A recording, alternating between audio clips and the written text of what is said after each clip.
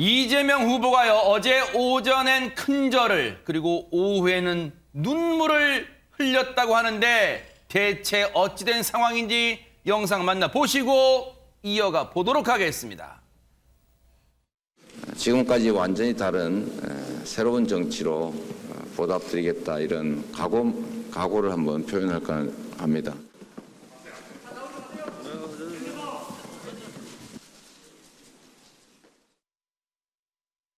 여기가 바로 이재명과 그의 가족들이 생계를 유지했던 곳입니다. 어머니께서 이 화장실에 출근하시기 전에 제 손을 잡고 공장에 바래다 주셨습니다. 열심히 일했고 깨끗하게 살려고 노력했고, 그래서 지금 이 자리까지 왔지만 상처가 너무 많습니다.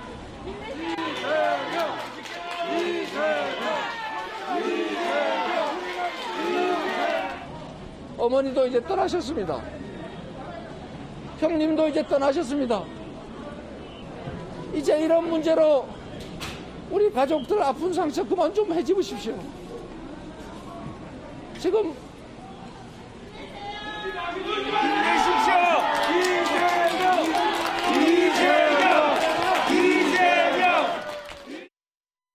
권상희 평론가님, 같은 날, 큰절, 눈물, 이재명 후보로서는 보여줄 수 있는 건 다 보여준 셈입니다. 뭐 승부수라고 한다면 이것이 효과가 있을지는 좀 더 지켜봐야 될 것 같은데, 일단 지지율이 박스권 안에 갇히면서 지지율 정체에 위기감을 느꼈기 때문에 보여준 전략 중에 하나가 아닌가 싶습니다.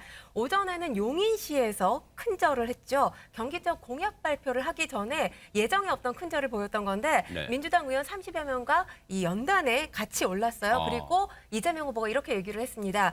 민주당이 앞으로 더 잘하겠다. 우리가 많이 부족했다. 이렇게 얘기를 하면서 큰절을 올렸는데요. 민주당에 대한 국민들의 내로남불이란 질책, 틀린 말이 아니라고 생각한다라고 이야기를 하면서 반성하는 모습도 보였습니다. 네네. 오후에는 눈물을 보였죠. 본인의 정치적 고향이라고 할 수 있는 경기도 성남시를 찾았습니다. 메타버스 행사가 있었는데 네. 이 행사 가운데 즉석 연설을 하던 도중에 눈물을 보인 겁니다. 아하. 그러니까 자신의 친형과 연관된 인생사를 토로하면서 눈물을 흘린 건데, 본인의 홈그라운드이죠. 성남이라고 한다면 네. 경기 성남에서 유권자들을 만나서 이렇게 울먹이면서 읍소를 했습니다.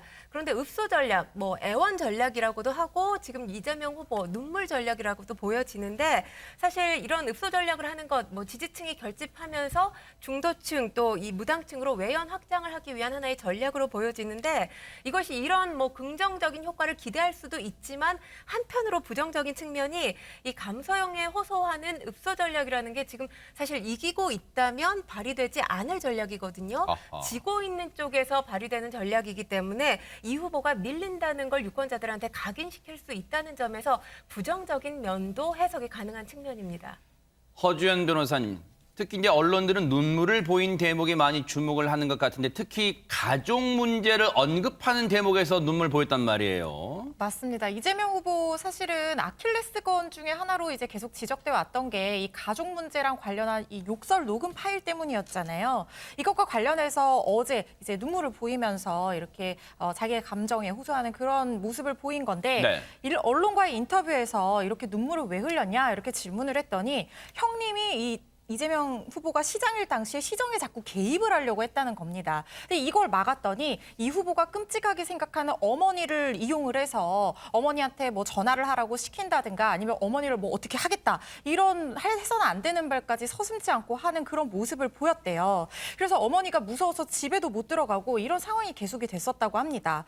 어머니 문제 때문에 형과 통화를 하다가 도저히 본인이 참을 수 없는 어떤 내적 어떤 인내심의 한계를 넘어서는 그런 상황이 상황이 왔고 그래서 공직자로서 참아야 되지만 참지 못해서 이렇게 욕설을 하게 된 것이다. 이렇게 해명을 했어요. 네. 그리고 또 덧붙인 말이 이런 얘기를 하는 것 자체가 사실 이 후보로서는 어떤 가족 문제를 대중 앞에서 그대로 드러내면서 형님을 나쁘게 얘기해야 되는 거잖아요. 그렇기 때문에 일일이 해명을 하기가 굉장히 힘들었는데 안 하려고 하다 보니까 계속 이게 또 문제로 작용을 했다는 겁니다. 그래서 본인이 그동안 너무 마음이 힘들었고 이 현장에 갔더니 지지자를 봤더니 눈물이 났다. 이렇게 네. 이유를 설명을 했습니다.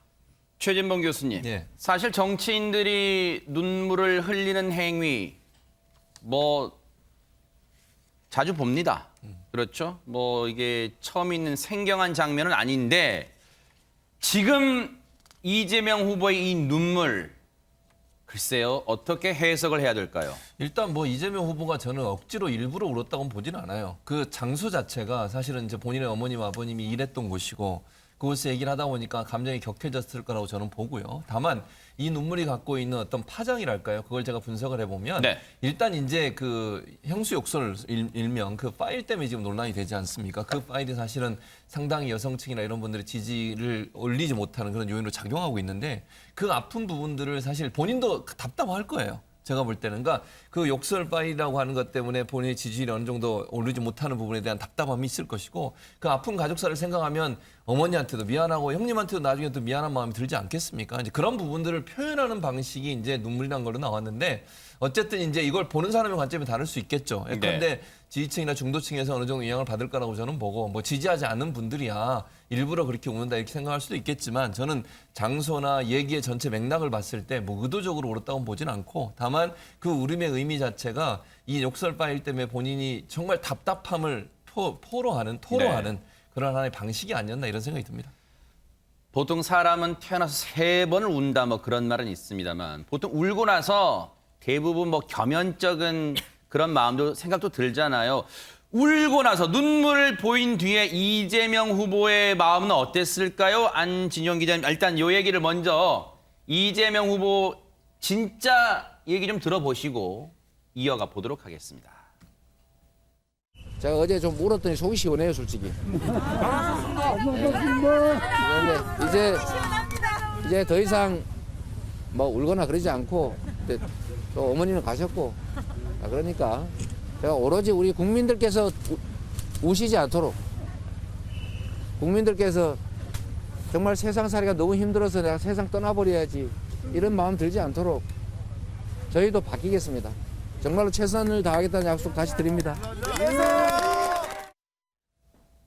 보통 그러잖아요. 울고 나면 진짜 한참 울고 나면 속 시원하고 그러잖아요. 그 얘기를 했어요. 그런데 이재명 후보 그리고 더 나아가서 민주당의 지지자들은 이 눈물 아우 좀 이렇게 감추고 싶다 이게 아니라 오히려 이걸 적극적으로 활용하는 분위기라면서요. 안진영 기자님. 네, 어제 더불어민주당 SNS에 게시물이 하나 올라왔습니다. 그 내용을 보면은요.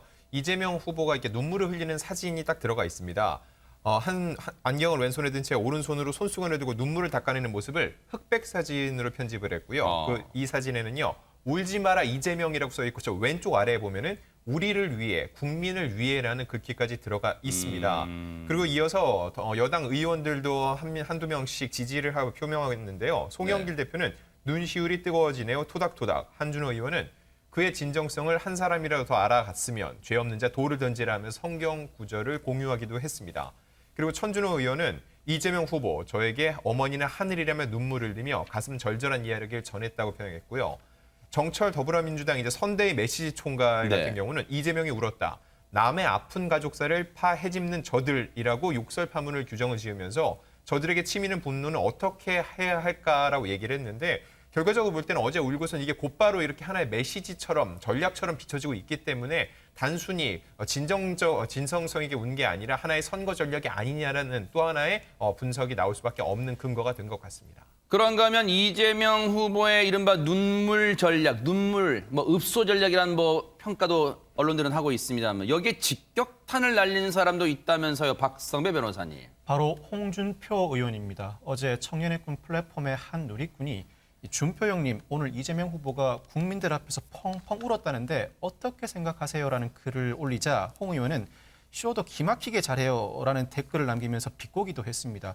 홍 의원의 그동안의 발언들을 상기해 보면 쇼를 상당히 싫어하는 것 같습니다. 자신이 볼 때 정치인의 쇼라는 판단이 서면 거침없이 비판을 해왔습니다. 네. 물론 뭐 이 상대당 쪽에 있는 홍준표 의원이다 보니까 이렇게 평가절하할 수도 있다고 봅니다. 그런데 자, 이 이재명 후보가 보인 눈물을 놓고 라디오 인터뷰에서는 또 옥신각신 말들이 오갔대요. 그 얘기 마저 들어보시고 이어가 보도록 하겠습니다. 최근 이재명 후보가 지지율 정체 때문인지 언어가 조금 과격해지고 조금 급박해졌다는 느낌이 들거든요. 상당히 지친 모습을 보이고 있다는 보도도 나오던데 일정이 너무 많다 보니까 지칠만도 합니다. 뭐 3주 전에는 눈에 모세혈관이 막 터져가지고 충혈이 되기도 했고 또 며칠 전에는 뭐 코피도 쏟았다는 이야기도 들었는데요. 일정 짤 때 식사하는 시간 신경 안 써도 된다고 하면서 밥 안 먹어도 되니까 뭐 한 명이라도 더 많은 국민들을 찾아다니면서 만나겠다고 하시더라고요. 제가 가까이서 봤을 때도 굉장히 좀 지쳐 보인다고 생각이 들고요. 다만 이제 그러한 게 결국에는 좀 절박함, 정말 최선을 다해서 열심히 뛰겠다라는 그러한 어떤 간절한 모습을 보이는 거라고 저는 생각이 들기 때문에 올바른 자세라고 생각이 듭니다. 네.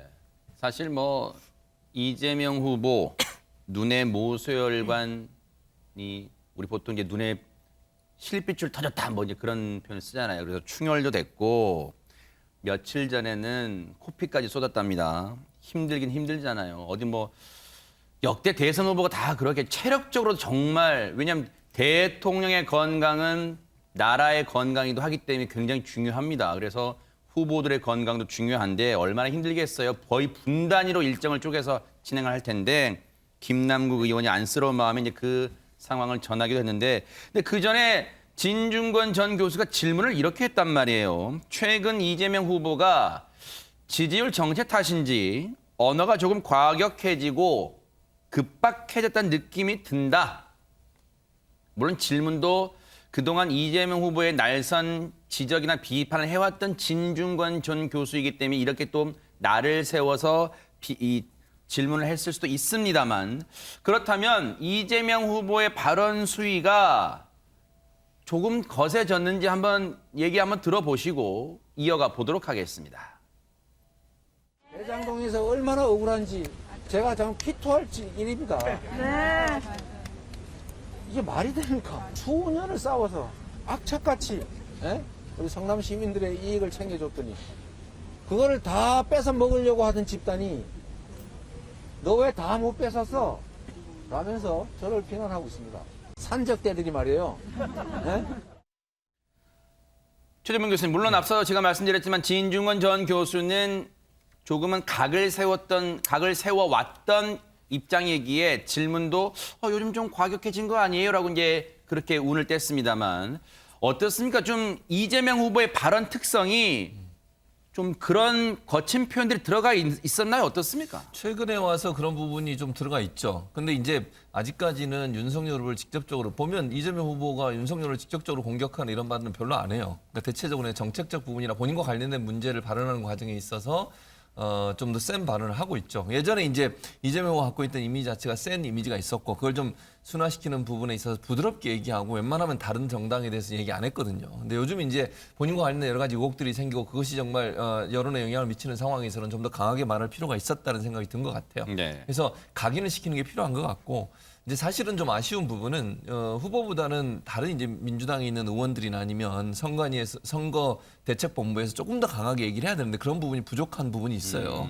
그러니까 본인이 또 얘기를 할 수밖에 없는 상황이에요. 그러니까 이제 소위 우리가 이제 선거운동하면 스피커라고 얘기하는데 대체적으로 선대위에서 일하는 스피커들이 좀 더 강하게 얘기를 해줘야 하는데 지금 윤석열 후보 측 같으면 이준석 대표나 이런 분들 또는 뭐 그 김기현 원내대표 이런 분들이 세게 얘기하잖아요. 그러네요. 물론 뭐 좀 지나치다고 저는 보지만 네. 그런 부분들을 대응해서 뭐 송영길 대표가 하긴 하지만 그렇게 세게 얘기하거나 그런 발언을 하는 부분은 좀 부족한 부분이 있어요. 그러다 보니 결국은 이 어떤 그 전략상으로 메시지에서 좀 더 강한 톤을 통해서 억울함이나 아니면 잘못된 부분을 바로잡기 위한 어떤 시도를 하는 것이 후보가 지금 하고 있는 상황이 돼서 네. 이 부분도 물론 필요할 때는 강한 메시지를 던질 필요가 있지만 저는 이제 민주당 내 선대위나 또는 당에서 이런 부분들을 좀 더 강하게 어필할 수 있는 그런 스피커들이 좀 더 많이 등장해야 된다고 생각을 합니다.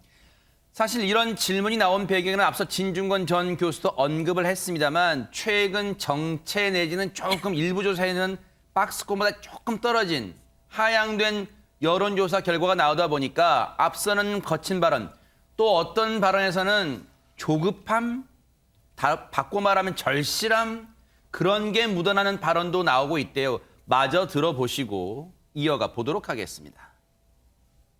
정치인들이 뭐 별겁니까? 안 찍어주면 떨어지는 거잖아요.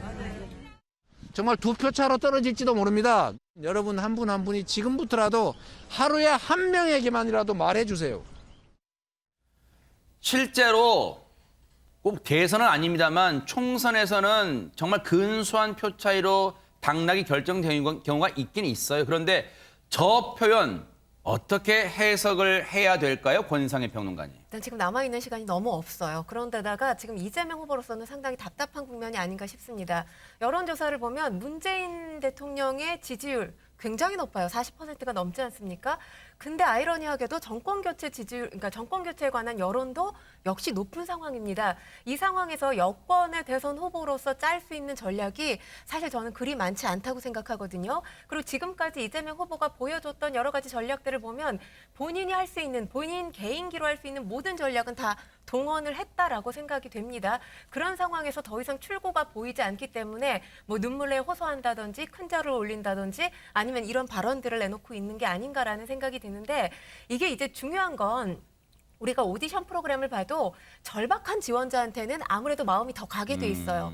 그런데 이 절박함이 유권자에게 통할지는 조금 지켜봐야 되는 것이 뭐 이런 발언들이나 큰절이나 눈물로 호소하는 모습들 사실 유권자한테는 그렇게 새로운 모습은 아니거든요. 이게 생경한 모습으로 비춰진다면 뭔가 표심이 동할 수 있는데 기존의 정치인들이 반복했던 모습들이기 때문에 과연 그것들이 유권자들의 표심을 움직일 수 있을지는 좀 더 지켜봐야 되겠고요. 가장 중요한 건 절박함으로 호소를 했다면 이게 유권자들한테 어떤 동감, 그러니까 공감대를 형성해야 되거든요. 동질감을 형성을 해야 되는데 네. 이게 긍정적으로 반응을 한다면 동질감이 형성이 돼서 표로 연결이 되겠지만 만약에 부정적으로 또 연결이 된다면 이질감을 느낄 수도 있거든요. 이 부분이 있기 때문에 지금 이재명 후보로서는 상당히 답답한 국면이 아닌가 싶습니다.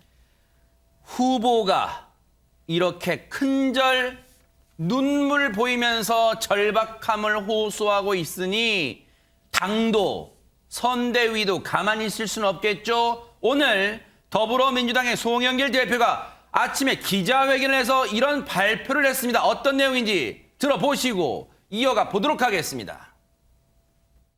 첫째, 저 송영길은 다음 총선에 출마하지 않겠습니다.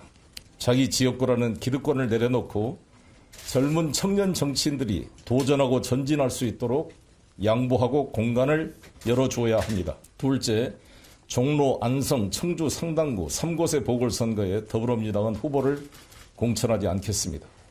우리 민주당이 책임 정당으로 한 단계 성장하는 계기가 될 것입니다. 윤석열 후보는 우리 민주당 정부의 어두운 유산입니다. 우리의 오만과 내로남불의 반사 효과입니다. 반성합니다. 내용이 상당합니다. 일단 본인이 불출마하겠답니다. 다음 총선에 허주연 변호사님. 네, 지금 오늘 송영길 후보가 본인 불출마 카드를 꺼내 들면서 여러 가지 지금 내용에 대해서 발표를 했는데 이게 사실은 이재명 후보가 그동안 사실 지지율 정체기를 맞았었잖아요. 그래서 이거에 대한 어떤 타겟책으로 이런 어떤 내용들을 지금 전략들을 발표를 한 거다. 어떤 국면 전환용 카드가 아니냐 이런 생각이 들어요. 일단 내용을 좀 말씀을 드리면 네네. 첫 번째로 보궐선거에 무공천을 하겠다고 얘기를 했습니다. 아하. 그 지역이 아까 영상 보신 것처럼 서울 종로와 경기 안성, 청주 상당 이 세 개 지역인데요. 이 중에서 경기 안성과 청주 상당은요. 이규민 전 의원과 정정순 전 의원이 각 이 선거법 위반으로 당선 무효형을 받아서 이제 거리가 된 그런 지역입니다.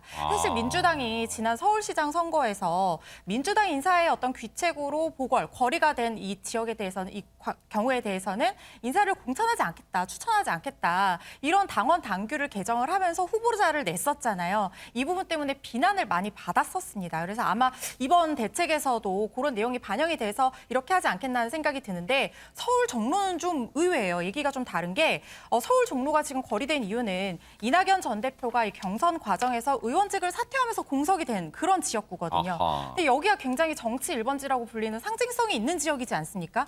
여기에 지금 후보를 공천하지 않겠다라고 얘기를 한 것은 상당히 좀 어떻게 보면 파격적이다 이렇게 볼 수 있는 지점이라고 생각이 들고요. 네. 두 번째로 아까 영상 보신 것처럼 자기도 불출마하겠다고 선언을 했습니다. 그동안 이제 부동산 정책 실패라든가 그걸로 인해서 야기된 양극화나 불평등 현상 또 인사검증 실패에 대해서 깊게 사과한다 이렇게 얘기를 하면서 본인이 다음 총선에 출마하지 않겠다라고 선언을 했는데요. 네. 그러면서 이제 덧붙여서 얘기를 한 게 동일 지역구 국회의원 연속 3선 초과 금지 조항 이게 당 정치개혁 특위와 이 열린민주당 통합 과정에서 합의가 된 조항이에요. 근데 이거를 제도화해서 실효성을 기하겠다는 거죠. 네. 그러면서 이제 새로운 특히 2030 중심의 네. 젊은 신인 정치인들이 등용할 어떤 자리들을 넓혀주겠다. 네. 그래서 어떤 뭔가 인적 쇄신화 이게 한마디로 정의를 하자면 인력 쇄신을 통한 기득권 타파라고 정리를 할 수 있을 것 같습니다. 그동안 이런 얘기가 있어 왔죠.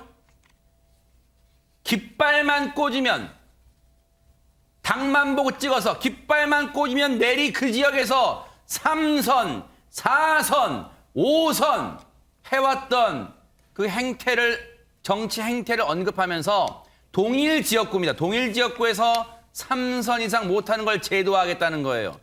그러면서 정권 교체를 넘어서 박성배 변호사님 물론 늘 있어 왔던 얘기이긴 합니다만 기득권을 깨부수겠다? 어떻게 하겠다는 겁니까? 기득권을 깨부수는 걸.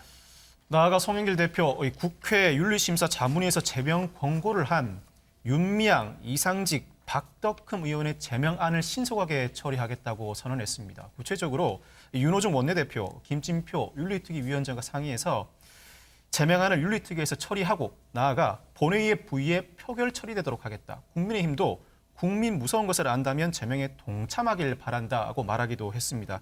앞서 지난 5일 국회 윤리심사 자문위는 이 세 의원에 대한 제명을 권고한 바 있는데 송 대표 입장 표명에 따라서 실제로 대선 전에 2월 임시국회에서 처리될 수 있을지 귀추가 주목되고 있습니다. 참고로 네. 윤미향 의원은 위안부 후원금 유용 혐의, 이상직 의원은 이스타항공 재직 시절 횡령 등 혐의를 받고 있고 이 박덕흠 의원은 피감기관 공사 특혜 수주 의혹을 받고 있습니다. 사실 의지는 보였지만 선거 끝나고 저것은 여야가 힘을 합쳐서 합의를 해서 추진할 사안이 뭐 민주당이 한다고 해서 되는 건 아닐 것 같긴 합니다만 어떻습니까? 그러니까 지금 1차적으로 보면 본인이 이제 불출마 선언했고 나머지 지역에 대해서 후보를 내지 않겠다. 이 부분 같은 경우는 어느 정도 합의가 될 것 같아요. 민주당 내에서 합의를 하면 되니까. 이제 박덕흠 의원이 지금 들어있잖아요. 제명안에는. 네. 국민의힘이 어떤 태도로 보일지는 지켜봐야 될 것 같고요. 다만 이제 이런 게 있어요. 3선 이상이 같은 지역에서 출마를 못하게 하는 법을 만들겠다고 민주당이 이미 공약을 했고 그 부분은 주장을 했는데 그러면서 얘기가 나온 게 586 2선 후퇴 얘기가 나왔거든요. 김종민 의원이 처음으로 이제 글을 올려서 그게 논란이 됐고 그러면서 많은 사람들이 또 야당에서 그렇게 공격을 했어요. 그럼 송 대표부터 물러나라. 그걸 받은 거라고 저는 봐요. 네. 그러면 파장이 여기서 끝나면 안 되고 네. 이게 효과를 내려면 다른 586 이제 분들이 어떤 결과, 어떤 행동을 하냐가 중요하다고 저는 봅니다. 기본적으로 이걸 그렇다고 송 대표가 당신 물러나라 이렇게 얘기할 수는 없는 거니 중요한 586 세력으로 이제 지칭되는 분들 그 그룹이 송 대표가 일단 출발을 했으니 여기에 대해서 어느 정도 동참을 주느냐가 저는 중요할 거라고 생각해요. 네. 물론 본인의 결단으로 이제 대표로서 그런 모습을 보였으니까 다른 586 분들 중에 혹시나 의원들 중에 이런 부분에 동참해서 계속적으로 이런 일이 좀 일어나도록 하는 것이 저는 효과가 있을 거라고 보고 그걸 기대합니다. 어쨌든 그러나 그 모든 것은 또 당내 어떤 논란이나 분란이 되는 요소로 작용하면 안 되니까 자발적으로 이루어져야 돼요. 다만 그런 분위기가 형성되는 계기를 마련했다는 점에서는 네. 긍정적으로 평가하고 이게 좋은 효과를 낼 수 있도록 당에서 좀 분위기가 바뀌었으면 좋겠다는 개인적인 생각이 있습니다.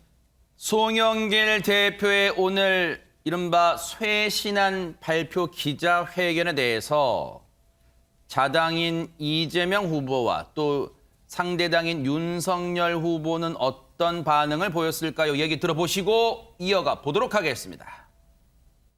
오늘 아침에 제가 존경하는 송영길 당대표께서 불출마 선언을 하셨습니다. 제3자가 보기엔 별거 아니지만 본인으로서는 큰 결단이고, 그리고 그 결단을 통해서 민주당을 바꾸겠다 이렇게 결심하고 계십니다.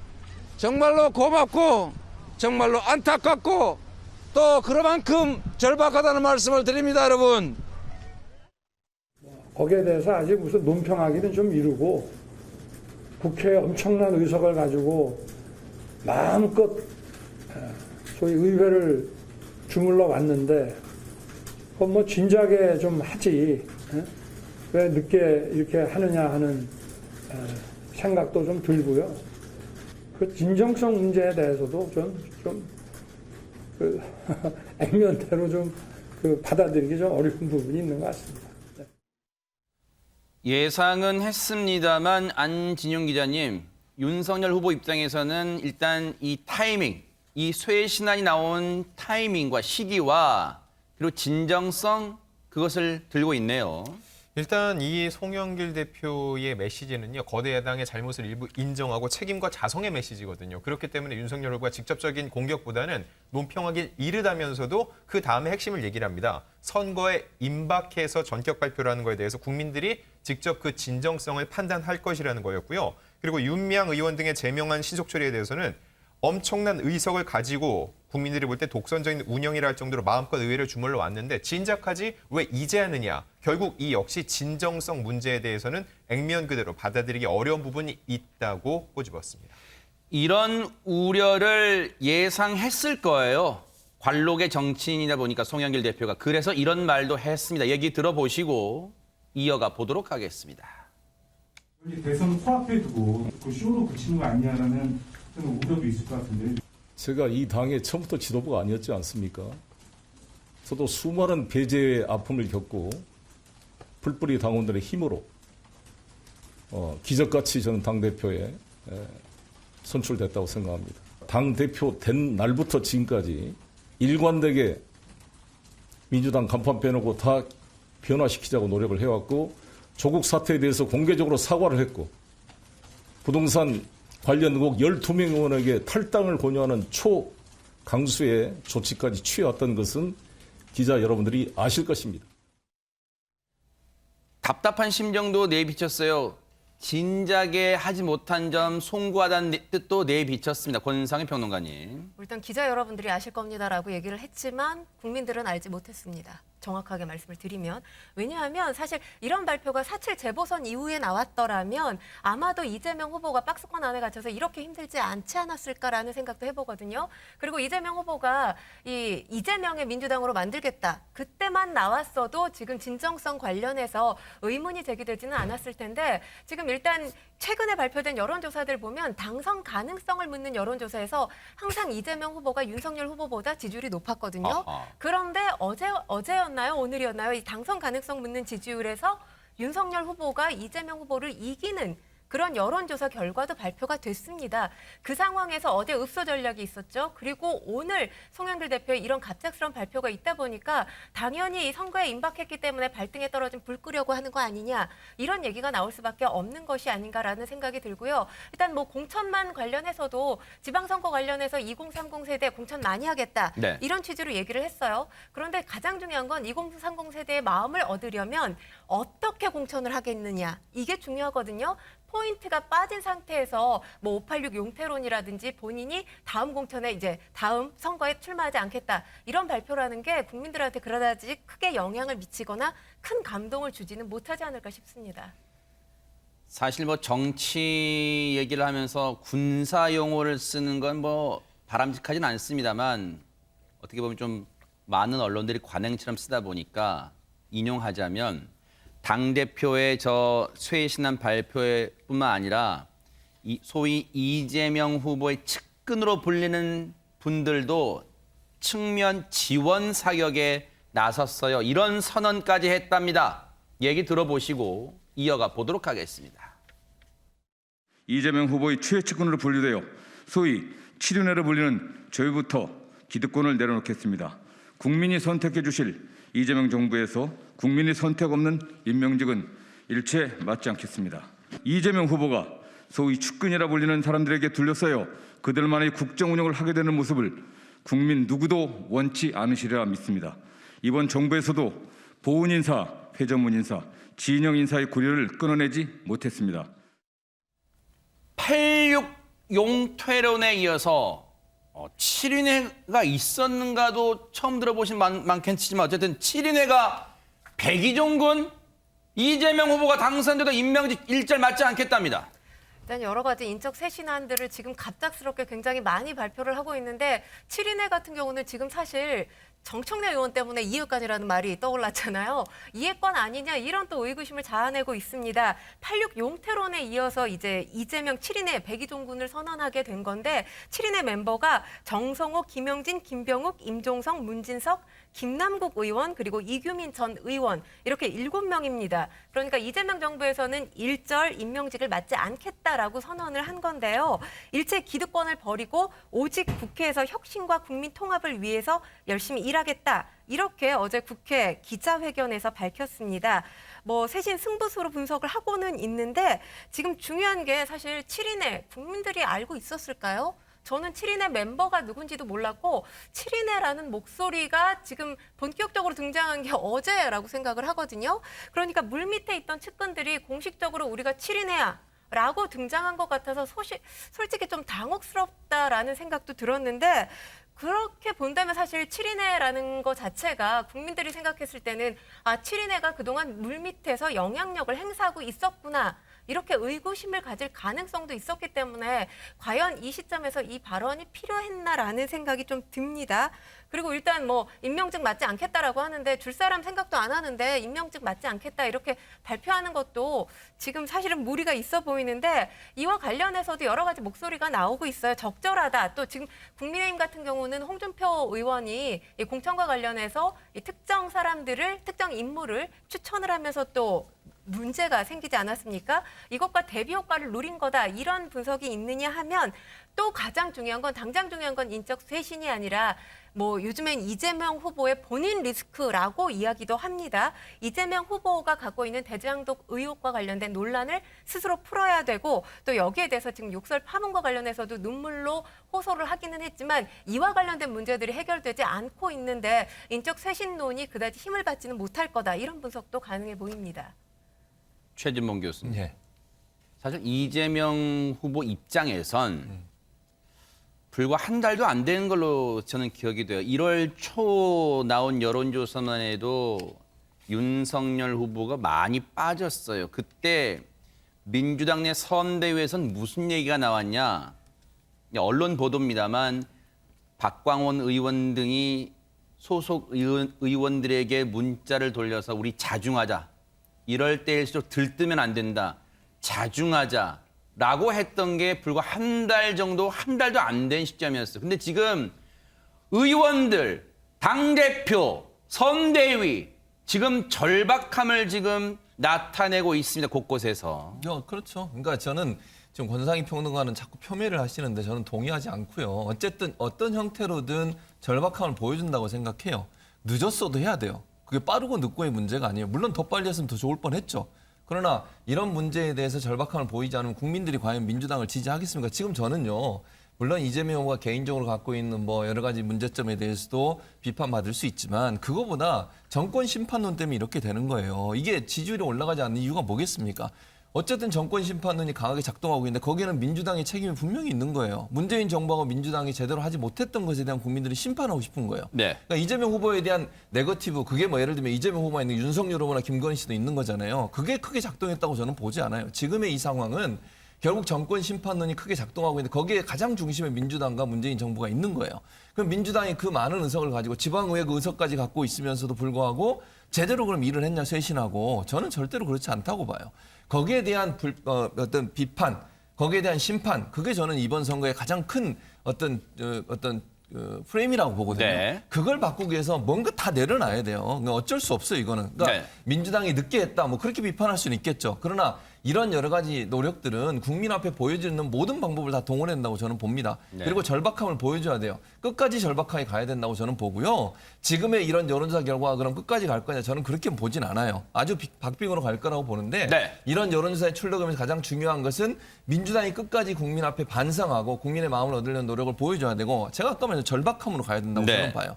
최대한 몸을 낮추고 모든 부분에 있어서 국민 앞에서 하지하는 모습을 보이는 것이 필요하다고 보고요. 네. 열심히 해서 최선의 노력을 다하는 게 필요하다고 봅니다. 이재명 후보가 며칠 전에 했던 지난주였던 걸로 기억하는데요. 이 발언도 과연 절박함을 호소하는 과정에서 나왔던 걸까요? 그런데 이 발언의 후폭풍이 여전히 사그라들지 않고 있어요. 어떤 발언인지 한번 들어보시고 얘기를 이어가 보도록 하겠습니다. 이번에는 제가 지면 없는 죄 만들어서 감옥 갈 것 같습니다, 여러분. 검찰 공화국이 열립니다, 여러분. 검찰 공화국의 공포는 그냥 지나가는 바람의 소리가 아닙니다. 우리 눈앞에 닥친 일입니다. 왜 검찰 수사만 받으면, 특수부 수사만 받으면 자꾸 세상을 떠납니까? 검찰의 수사, 지금 진행이 되고 있는 굵직굵직한 수사 과정에서 안타까운 이 일들이 일어나는 그 일도 언급하면서 검찰 공화국이 될 것이다. 윤석열 후보가 당선되면 아마 그럴 것이다 라고 얘기하는 거겠죠. 그러면서 선거에 지면 없는 죄 만들어서 감옥에 갈 것 같다. 그런데 이에 대해서 지금 논란 커지니까 안지훈 기자님 뭔가 해명성 발언을 내놨다면서요. 네, 맞습니다. 이 발언이 일파만파 번지고 있는데요. 일단 야당 측에서는요, 도둑의 재발절인 것 아니냐 하면서 형사처벌 여러 번 받은 이재명 후보의 합리적, 경험적 공포감이라고 비판을 했습니다. 또 이거에 대해서 오히려 이제 추미애 전 법무부 장관 같은 경우는요, 괜한만이 아니라면서 공감을 표시하기도 했는데요.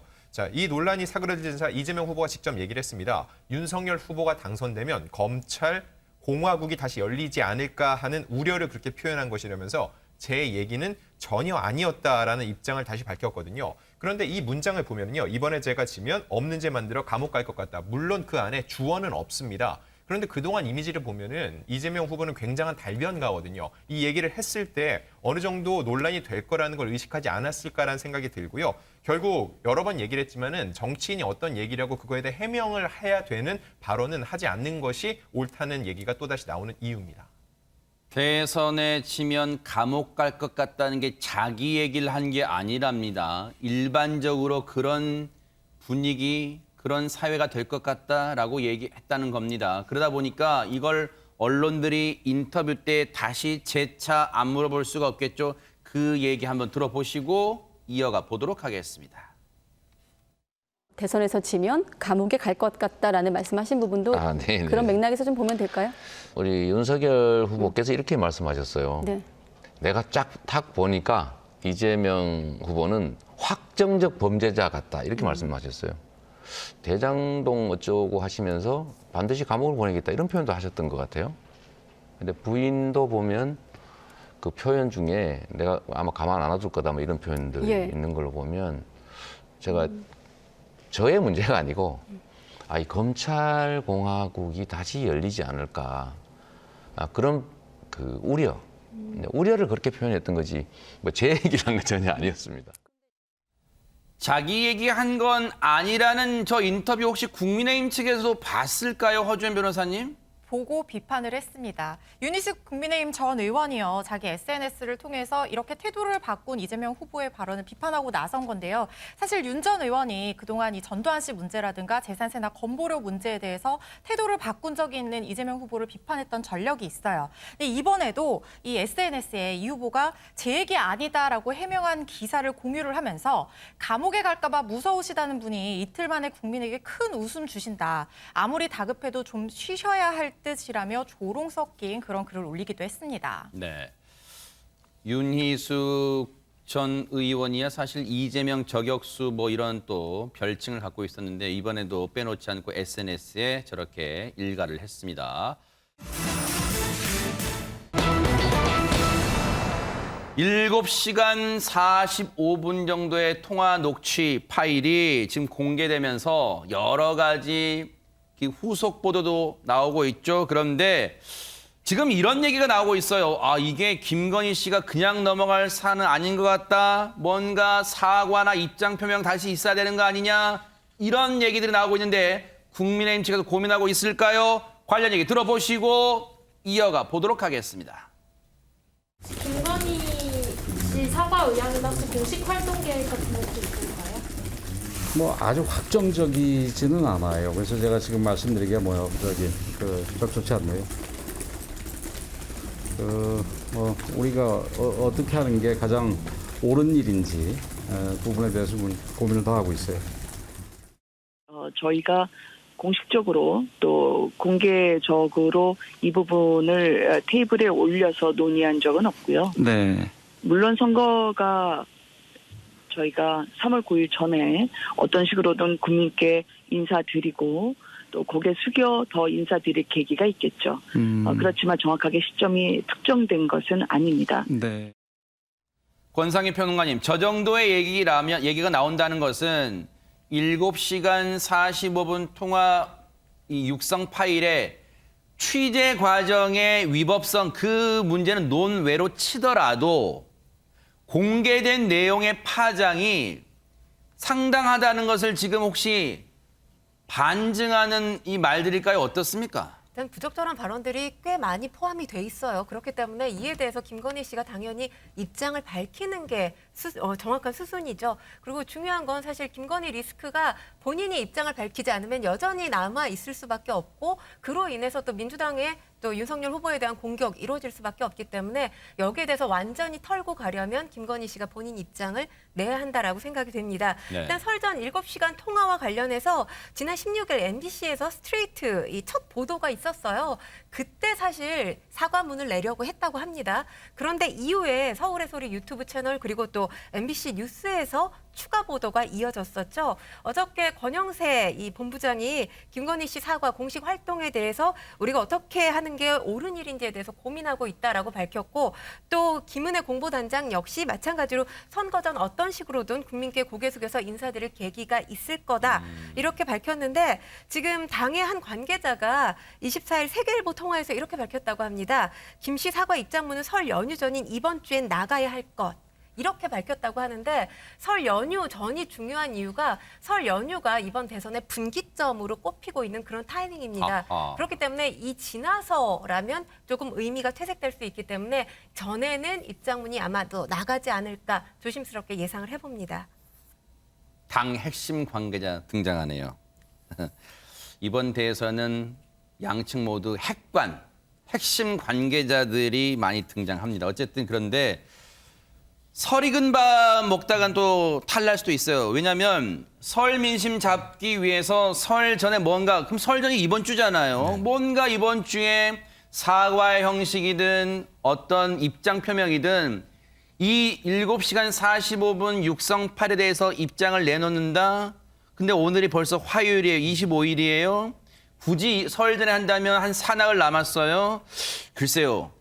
가능할까요? 물리적으로 어떻습니까? 만약에 이제 마음만 먹으면 가능은 하죠. 근데 이제 문제는 이게 몰고 올 파장도 고민을 할 거예요. 지난번에 한번 사과했는데 그게 그렇게 좋은 성과를 내지는 못했지 않습니까? 그래서 이번에도 본인이 어떤 형식으로 사과를 할까? 예를 들면 그냥 메시지만 낼지 아니면 선대위 공보단에서 그 김건희 씨의 메시지를 대신 전달할지 아니면 본인이 직접 나올지 여러 가지 이제 고민을 할 겁니다. 근데 효과나 이런 면을 고민할 텐데 제가 볼 때 만약에 설 전에 한다고 하면 본인이 직접 나서는 거 좀 어렵지 않겠나는 개인적인 생각은 있습니다만 모르겠습니다. 그래도 뭐 본인이 하실 수도 있죠. 그래서 이거는 여러 가지로 고민할 수밖에 없어요. 또 어떻게 그런 메시지를 낼 거냐. 아주 그냥 포괄적으로 낼 거냐 아니면 구체적으로 낼 거냐. 근데 이런 포괄적으로 내냐 구체적으로 내느냐에 따라서 각각 또 평가가 달라질 수 있거든요. 또 어떤 톤으로 할 거냐. 뭐 이런 문제 때문에 고민이 많을 거라는 생각이 듭니다. 그래서 그냥 뭐 일괄적으로 뭐 이런 발언들이 한 거 부적절한 발언을 해서 미안하게 생각한다 이렇게 가지고는 제가 볼 때 효과가 없을 것 같고 본인이 정말 진솔하게 뭔가 국민 앞에 사과하는 모습을 보인다면 국민들이 어느 정도 받아줄 수 있을지 모르겠습니다만 또 그 과정에서 지난번처럼 또 다른 논란이 불거질 수도 있어서 아마 고민이 깊을 것 같고 이거는 이제 김건희 씨나 윤석열 후보가 결정해야 될 문제라는 생각이 들거든요. 네. 뭐 선대본부에서야 제안을 할 수 있지만 결정은 오롯이 이제 두 분이 하셔야 되는 문제이기 때문에 이건 좀 고민이 깊어질 것 같아요. 네. 그래서 제가 볼 때 모르겠습니다. 설전에 할 수 있을지 뭐 물리적으로는 문제가 없지만 그 물리적인 시간의 문제가 아니라 어떤 방식으로 어떤 내용으로 어떻게 할 거냐. 그러네요. 이 부분에 대한 고민이 깊어지다 보면 조금 더 시간이 걸릴 수도 있겠다는 생각이 듭니다. 그렇다면 설 전이든 물론 국민의힘 측이나 국민의힘을 지지하는 분들 입장에서는 이른바 설 차례상 민심에 이게 오르려면 시점상 이번 주가 제일 나을 거라고 생각하지만 앞서 제가 말씀드린 것처럼 급하게 올리려다가 설 익은 밥을 먹을 수 있기 때문에 고심할 거란 말이에요. 그런데 만약에 이번 주든 아니면 설 지나고 나서 하든 박성배 변호사님 무엇을 담을까? 어떤 형식일까? 이것도 중요할 것 같습니다. 한 관계자에 따르면 선대본부 측과 김건희 씨 측 이미 지난주에 미팅을 가졌고 선대본부가 김건희 씨의 정무적 판단을 돕기로 했다고 합니다.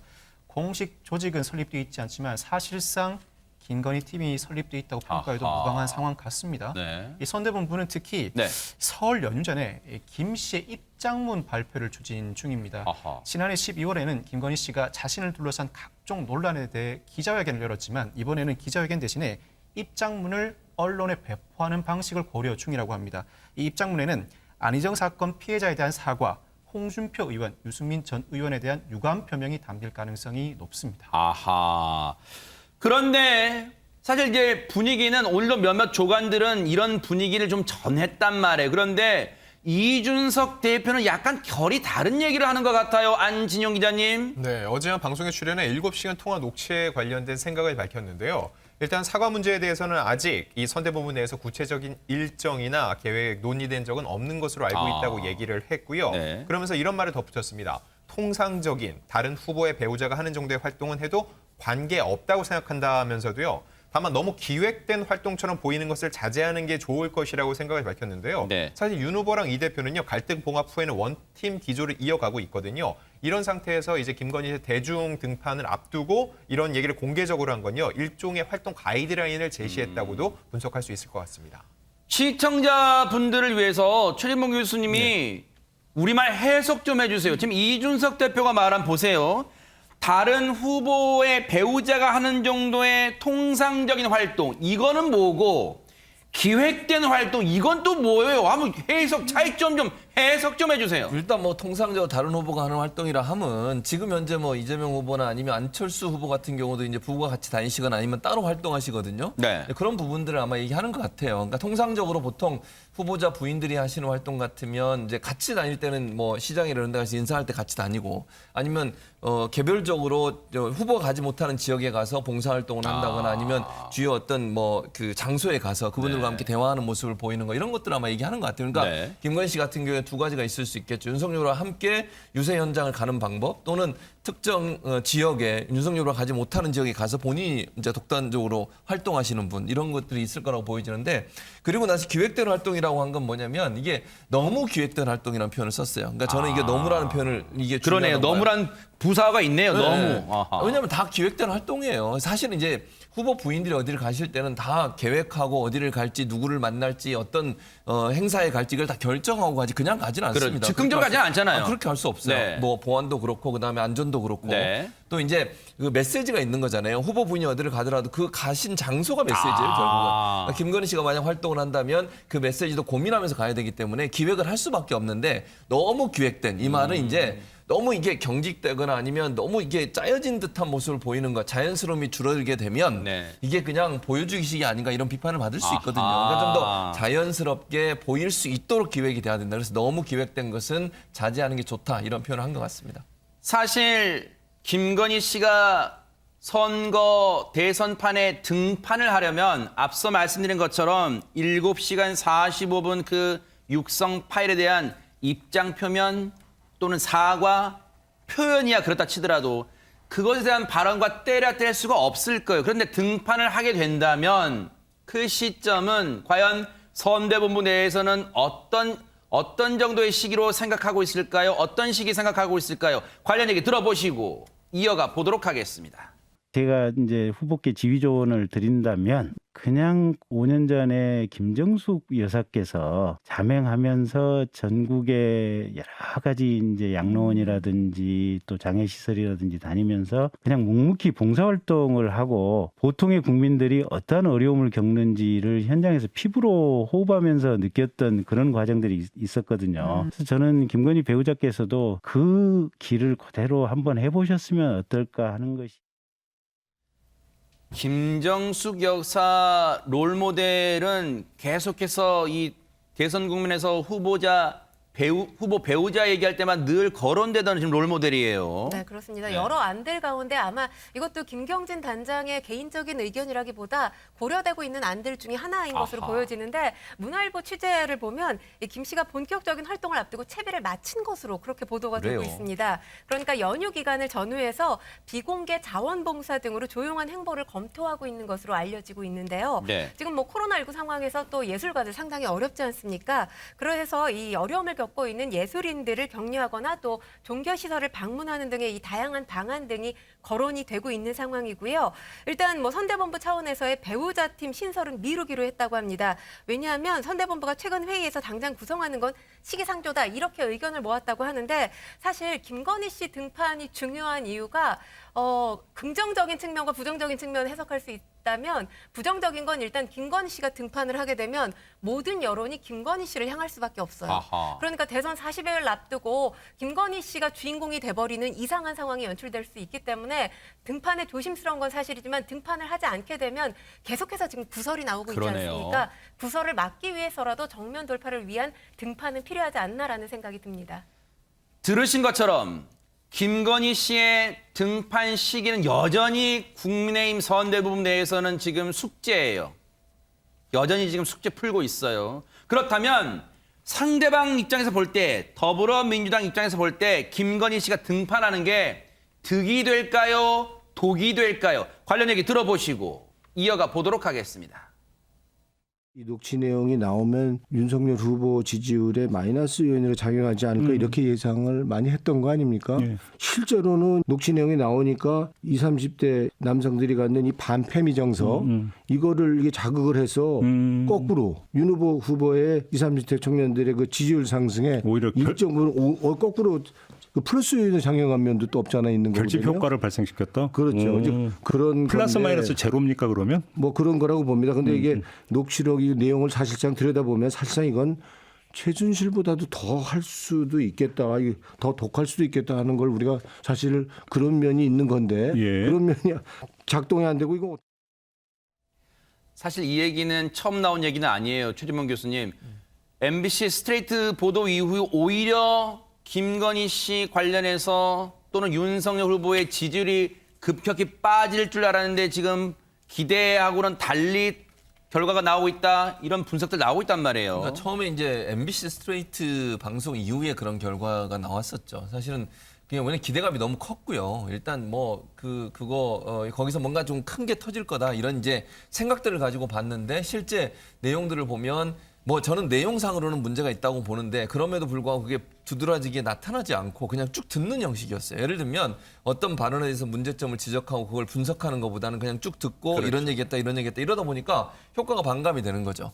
그래서 저는 이제 최근에 이제 뉴스들을 보면 뉴스에서 한 단어들이나 한 문장들에 대해서 분석하는 내용들이 나오다 보면 그게 이제 효과가 훨씬 더 크거든요. 근데 그런 부분들을 스트레이트가 제대로 이제 전달하는 과정에 있어서 제대로 못했던 부분이 사실은 말씀하신 반감의 효과가 있었던 것 같고, 그 이제 20대 남성들 같은 경우야 이제 아까 말씀하신 반페미적인 형성을 하고 있다는 얘기를 했는데 그런 부분들이 일정 부분 작용을 한 것 같습니다. 네. 그래서 이게 전체적으로 스트레이트가 갖고 있는 어떤 효과 자체는 미비했다고 볼 수밖에 없어요. 다만 이게 내용을 찬찬히 들여다보면 이게 논란이 될 수 있는 내용들이 많이 있어요, 아하. 사실은. 그걸 제가 다 뭐 부속 관련된 문제도 그렇고요. 캠프에 본인이 많이 참여한 부분이라고 느낄 수 있는 부분도 그렇고, 그다음에 본인의 비판적 입장을 보인 언론인들에 대해서 뭔가 가만두지 않겠다는 표현도 하시고, 이런 부분들은 사실 상당히 큰 논란이 불러올 수 있는 부분이기 때문에 네. 이 부분은 앞으로도 계속 논란은 될 수 있다고 저는 봅니다. 다만 이게 이제 스트레이트에서 그만큼의 효과를 가져왔다는 부분에 있어서는 생각했던 것보다 효과가 떨어졌다 이렇게 볼 수 있죠. 아하.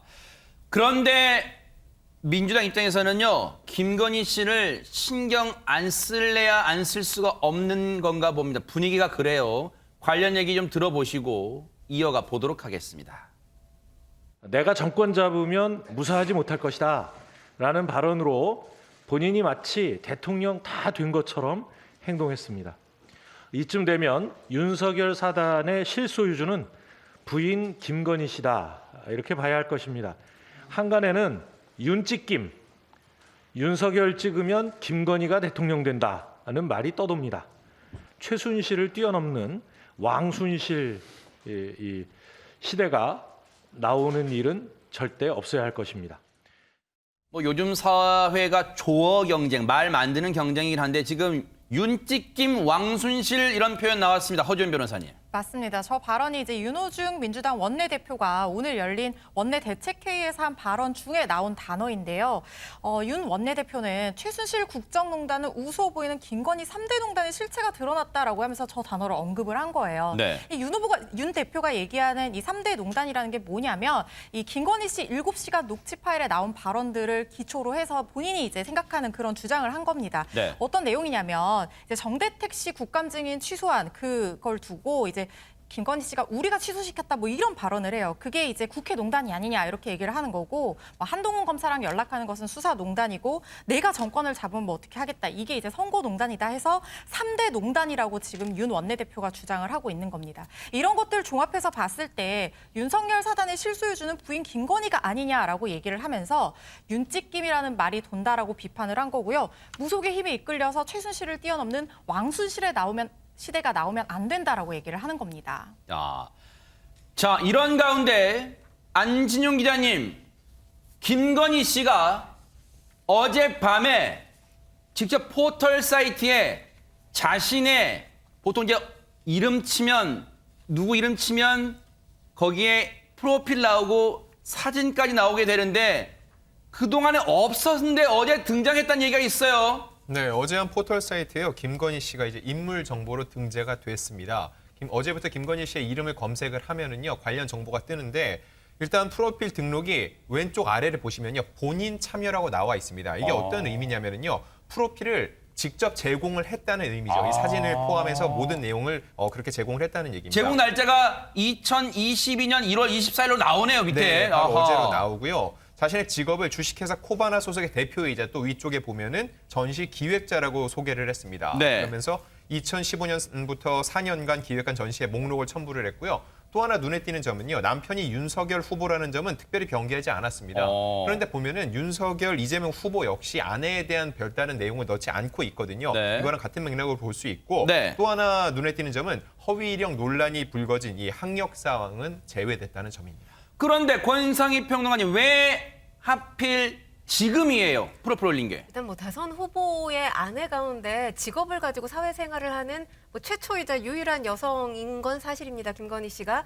왜냐하면 이 윤석열 캠프 측 한 관계자가 언론에 밝히기는 언론사에 이제 김건희 씨 관련해서 기사를 쓸 때 중구난방으로 사진이 게재되는 경우가 있기 때문에 이를 이제 대비해서 관리할 필요가 있다 이렇게 제안을 했다고 합니다. 네. 그래서 사진 촬영이 이루어졌다고 하고요. 뭐 이 사진 촬영이 이루어진 시점은 MBC에서 방송하기 전, 그러니까 7시 녹취록과 관련된 방송이 하기 전에 사진을 촬영한 걸로 지금 알려지고 있습니다. 사진 촬영을 두고 이제 계속해서 저희도 얘기를 했지만 김건희 씨 등판이 가능한 거 아니냐 이런 지금 관측이 나오고 아하. 있고요. 또 프로필 내용대로 아마도 본인이 특화된 본인의 전문 분야에서 관련된 활동을 하지 않겠느냐 이런 관측도 나오고 있습니다. 윤석열 후보는 어제 저희가 전해드렸을 때 프로필 사진 촬영했던 모습 공개됐잖아요.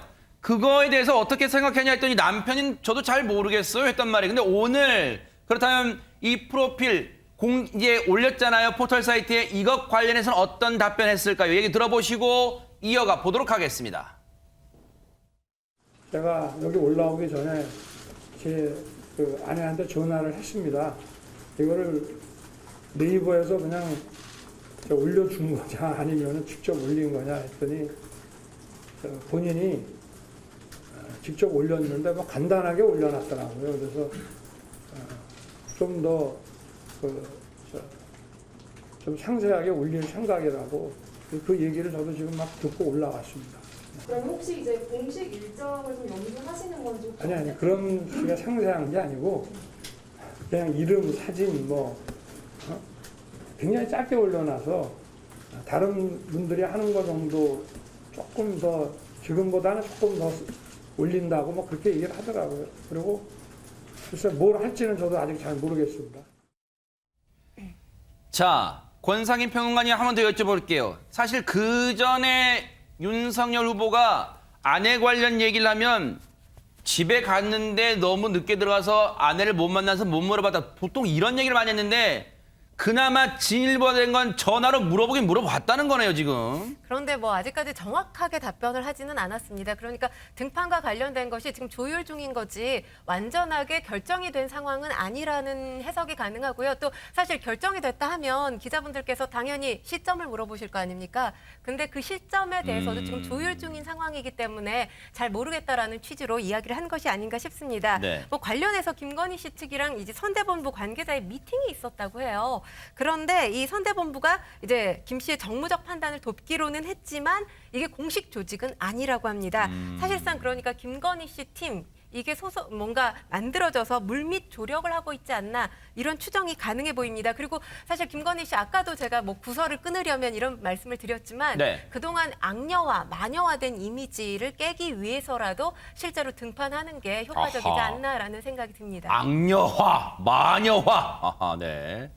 이런 물론 비유를 이제 드신 거 그동안 여론 질타 많이 받았다는 걸. 근데 최진봉 교수님 그럼 궁금하실 거예요. 시청자분들이. 아니 그러면 이재명 후보의 배우자 김혜경 씨나 안철수 후보의 배우자 김미경 씨나 다 치면 포털 사이트 치면 나올까요? 프로필 막 궁금할 것 같아요. 아니요. 더불어민주당 이재명 후보의 부인은 안 나옵니다. 김혜경 씨는 안 나와요? 김혜경 씨는 없어요. 그러니까 네이버 이제 인물 검색에 본인이 올리거나 아니면 이제 네이버에서 올리는 경우도 있긴 해요. 그렇죠, 근데 네네. 이제 그거는 이제 선택이니까. 네. 그래서 김혜경 씨 같은 경우 인물 검색에 전혀 등재가 돼 있지 않고요. 다만 안철수 후보 아내 김미경 서울대 의대 교수는 이분도 직업을 갖고 계시잖아요. 이분 같은 경우에 네이버 인물 정보에도 있고 다른 포털 사이트에도 있어요. 네. 그러니까 이거는 뭐 본인이 올리셨는지 아니면 다른 데서 올렸는지 제가 잘 모르겠습니다만 어쨌든 김미경 교수 같은 경우에는 두 개의 사이트에서 검색이 되고 있는 상황이라고 볼 수 있습니다. 근데 최근 저희가 이제 육성 파일 공개 이후에 참 어떻게 보면 기현상일 수 있어요. 그런데 팬클럽 회원수가 급증하고 있다 이런 소식 전해드렸는데 국민의힘 선대본부 내에서는 우려의 목소리도 나오고 있다면서요. 박성배 변호사님. 바로 김 씨에 대한 지지는 일시적인 팬덤 현상이지 정작 윤 후보가 공을 들여야 할 중도층으로의 외연 확장과는 배치된다는 지적입니다. 윤 후보 측 관계자는 김 씨 통화 녹취에는 사실 대선 후보 배우자로서는 부적절한 발언들이 다소 담겨 있는데 걸크러쉬로 치켜 세우는 일부 목소리보다는 건전한 비판 여론에 귀 기울일 필요가 있다는 지적을 하고 있습니다. 아하. 또한 무속 관련 발언 앞으로 어떻게 풀려나갈지 알 수가 없는 상황입니다. 역시 국민의힘 관계자는 김 씨의 공개 행보 철저하게 선대본부 내 전문가와 소통하에 이루어져야 한다고 주장하면서 섣부른 행보를 했다가는 어떠한 돌발 변수를 만날지 모른다고 우려하고 있습니다. 네. 자, 지금까지는 이재명, 윤석열 후보 얘기를 집중적으로 해봤는데요. 이번에 소개해드릴 후보는 밤중에 공항으로 딸을 마중 나갔답니다. 누굴지 영상 만나보시고 이어가 보도록 하겠습니다. 만지면 안 된대. 떨어져서.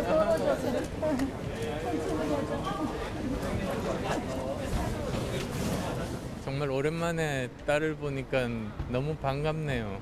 저 외국에서 힘들 텐데도 인류를 위해서 꼭 필요한 연구들을 잘 수행하고 대한민국의 국위도 선양을 해서 너무 기특합니다. 허주연 변호사님, 안철수 후보의 딸인가 본데 어디 있었다가 지금 귀국한 겁니까? 지금 미국에서 귀국을 한 겁니다. 서리 씨는 현재 미국 샌디에이고 UC 샌디에이고 대학에서 박사 후 연구원으로 재직 중인 상태고요. 아, 그래요? 지난해 5월에는 또 성과도 있었습니다. 미국 화학회 물리학회 부문 젊은 연구자상 수상자로 선정이 됐고요. 지난달 초에는 그가 속한 연구팀이 발표한 오미크론의 전염성 연구 결과물이 뉴욕타임즈에 소개되기도 했었어요. 그래요? 이번 안서리 씨 귀국은 이제 표면적으로는 명절을 맞아서 가족들과 함께 이제 명절을 새기 위해서 들어왔다 이렇게 전해지고 있는데 네. 아버지 안 후보의 지원 사격을 위해서 귀국한 것이 아닌가 이런 관측도 나오고 있습니다. 야, 그동안 사실 안설이 박사라고 해도 맞죠 지금. 근데 안철수 후보, 아버지인 안철수 후보를 지지하는 영상을 여러 차례 찍은 바가 있는데요. 관련 영상 보시고 이어가 보도록 하겠습니다. 아버지 안철수님을 삼행시로 지어주면 고맙겠습니다. 재미나겠쥬라고 했는데 그러면은 제가 안 하면은 거기에 따라서 답하고 이러면 될 것 같으네요. 자, 안철수 후보는 철, 철인같이 강하고 수소같이 핵심적인 인물이다. 제가 화학자니까 네, 수소를 좋아하거든요. 아버지의 정치 활동이 안타까워서 맡고 싶은 생각이 든 적은 없으신가요? 라네요. 저희 아버지가 밖에 나가서 욕먹고 그리고 낙선하실 때가 제일 마음이 아팠습니다. 네. 그래서 딸로서는 아버지가 정치인인 게 불편하고 그렇지만 대한민국의 청년으로서는 아버지 같은 분이 정치인으로 나가주셔서 굉장히 감사한 마음입니다. 야, 최재문 교수님. 든든하겠네요. 일단 솔직하면서도 참 든든한 딸로서 지원군 같습니다. 그렇죠. 그러니까 딸이 어쨌든 아버지의 정치를 돕기 위해서 여러 가지 이제 역할을 하는 부분은 긍정적으로 볼 수 있을 것 같아요. 이제 지지율이 어느 정도까지 영향이 줄 거냐 하는 부분은 그렇죠, 좀, 네. 좀 한계가 있을 거라는 생각은 개인적으로 있습니다. 왜냐하면 이게 지지율이라는 게 안철수 후보의 단순히 안설이 씨가 도움을 줘서 지지율이 올라간다는 것보다 역학관계가 작동을 하거든요. 그러겠죠. 지금. 네네. 그러다 보니까 이제 지지율 올라가는 데 어느 정도 영향을 미칠지 모르겠지만 그럼에도 불구하고 어쨌든 딸이 직접 나서서 아버지를 후원하고 도와주고 저렇게 함께 하는 것은 국민들에게 좋은 모습으로 보일 수 있어요. 그런 점은 뭐 마이너스는 되지 않을 거다. 플러스가 어느 정도 될지는 모르겠지만 그래서 플러스가 될 거라고 봅니다. 근데 외국에 있다가 입국하면 어떻게 바로 지원 유세 같은 걸 할 수가 있는 거예요, 안지윤 기자님? 네, 할 수 없습니다. 열흘 정도 집에 있게 된다고 하는데 방금 보신 것처럼 이미 안철수 후보는요, 딸과 저렇게 화상 통화를 통해서 얘기하는 모습이 유튜브 상에서 화제를 모았습니다. 그렇기 때문에 향후도 안철수 후보와 아내인 김미경 서울대 교수 그리고 안설이 박사까지 셋이 함께 화상으로 이렇게 이야기 나누는 형식으로 선거 지원을 할 것으로 보이고요. 그 외 대부분의 시간은요, 국내 대학과 연구원이 요청한 강연과 세미나에 참석할 예정이라고 하고 그 내용은 최근까지 하고 있는 코로나 연구 등 자신의 전문 분야와 관련된 것이라고 합니다. 그런데 국민의당 안철수 후보의 지원군, 든든한 지원군은 한 명 더 있습니다. 영상 만나보시고 이어가 보도록 하겠습니다.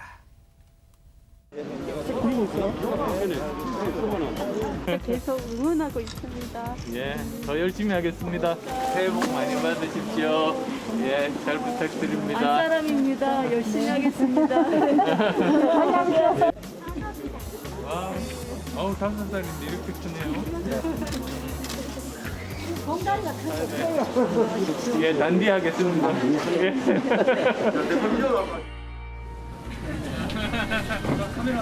네. 깨끗한 건 제일 깨끗해. 네, 저희 가족들 다 그 마찬가지입니다. 네. 사모님도 어쨌든가 선하게 보이는데, 예, 훌륭한 대통령 돼갖고 어쨌든가 깨끗한. 박성배 변호사님, 옷도 깔맞춤했네요. 안철수 후보는. 지난 주말 안철수 후보 배우자 김미경 교수와 함께 하얀 패딩에 오렌지색 목도리 차림으로 부산 경남 지역을 방문했습니다. 오렌지색이야 국민의당 상징색입니다만 하얀 패딩을 입었다는 것, 가족 관련 논란에서 자유롭다는 메시지를 전달하는 것 같습니다. 아울러 오늘부터 3박 4일간은 역시 배우자와 함께 호남 제주 방문에 나섭니다. 가족 관련 논란이 없음을 재차 강조하는 의미로 보입니다. 아내와 딸의 든든한 지원이 과연 지지율에 어떤 영향을 미칠지 뉴스파이트가 따라붙어 보도록 하겠습니다.